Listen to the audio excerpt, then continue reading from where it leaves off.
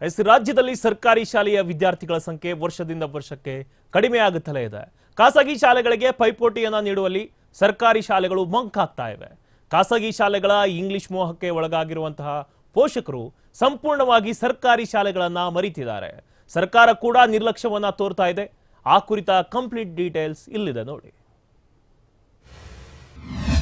ಪೋಷಕರಿಗೆ ಹೆಚ್ಚಾಯಿತು ಖಾಸಗಿ ಶಾಲೆಗಳ ಮೋಹ. ಸರ್ಕಾರಿ ಶಾಲೆಗಳಲ್ಲಿ ಶಿಕ್ಷಕರೇ ಇಲ್ಲ.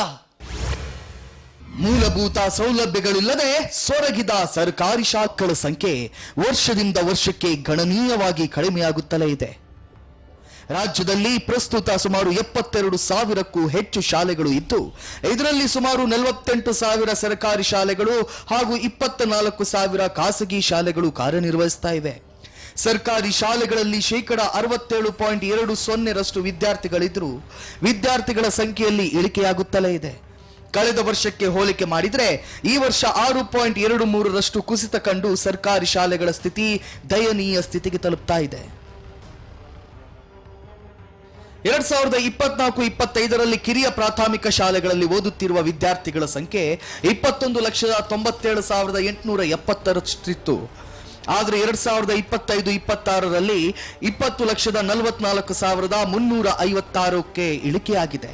ಇನ್ನು ಹಿರಿಯ ಪ್ರಾಥಮಿಕ ಶಾಲೆಯಲ್ಲಿ 24-25ರಲ್ಲಿ 12,19,329 ವಿದ್ಯಾರ್ಥಿಗಳ ಸಂಖ್ಯೆ 11,73,170ಕ್ಕೆ ತಲುಪಿದೆ.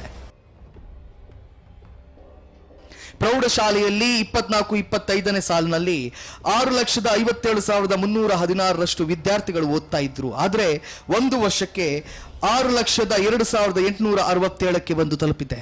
ಇದು ಕೇವಲ ಒಂದು ವರ್ಷದ ಅಂಕಿಅಂಶಗಳಾಗಿದ್ದು, ಒಟ್ಟಾರೆ ಒಂದು ವರ್ಷದಲ್ಲಿ ಸುಮಾರು 2,54,000 ವಿದ್ಯಾರ್ಥಿಗಳು ಖಾಸಗಿ ಶಾಲೆಗಳತ್ತ ಮುಖ ಮಾಡಿದ್ದಾರೆ. ಇತ್ತೀಚಿನ ವರ್ಷಗಳಲ್ಲಿ ಖಾಸಗಿ ಶಾಲೆಗಳು ಎಲ್ಲೆಂದರಲ್ಲಿ ನಾಯಿಕೊಡಿಗಳಂತೆ ಉದ್ಭವವಾಗುತ್ತಿವೆ.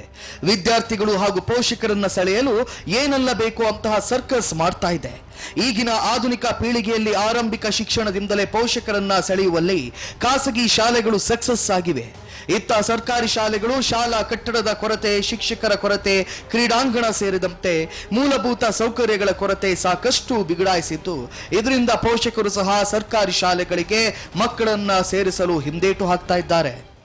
ಯುಗದಲ್ಲಿ ಇಂಗ್ಲಿಷ್ ಮತ್ತು ಕಂಪ್ಯೂಟರ್ ಜ್ಞಾನಕ್ಕೆ ಮಾರು ಹೋಗಿರುವ ಪೋಷಕರು ಮತ್ತು ವಿದ್ಯಾರ್ಥಿಗಳು ಸಿಬಿಎಸ್ಇ ಮತ್ತು ಐಸಿಎಸ್ಇ ಪಠ್ಯಕ್ರಮಗಳಿಗೆ ಹೆಚ್ಚಿನ ಒತ್ತು ಕೊಟ್ಟು ತಮ್ಮ ಮಕ್ಕಳನ್ನ ಖಾಸಗಿ ಶಾಲೆಗಳಿಗೆ ಸೇರಿಸ್ತಾ ಇದ್ದಾರೆ. ಸರ್ಕಾರ ಕೂಡ ಸರ್ಕಾರಿ ಶಾಲೆಗಳನ್ನು ಅಭಿವೃದ್ಧಿ ಮಾಡುವಲ್ಲಿ ಇಚ್ಛಾಶಕ್ತಿಯನ್ನ ತೊರೆದೇ ಶಿಕ್ಷಕರನ್ನ ಸಹ ನೇಮಕಾತಿ ಮಾಡಿಕೊಳ್ಳದೆ ಸರ್ಕಾರಿ ಶಾಲೆಗಳು ಹಳ್ಳ ಹಿಡಿಯುವಂತಾಗಿದೆ.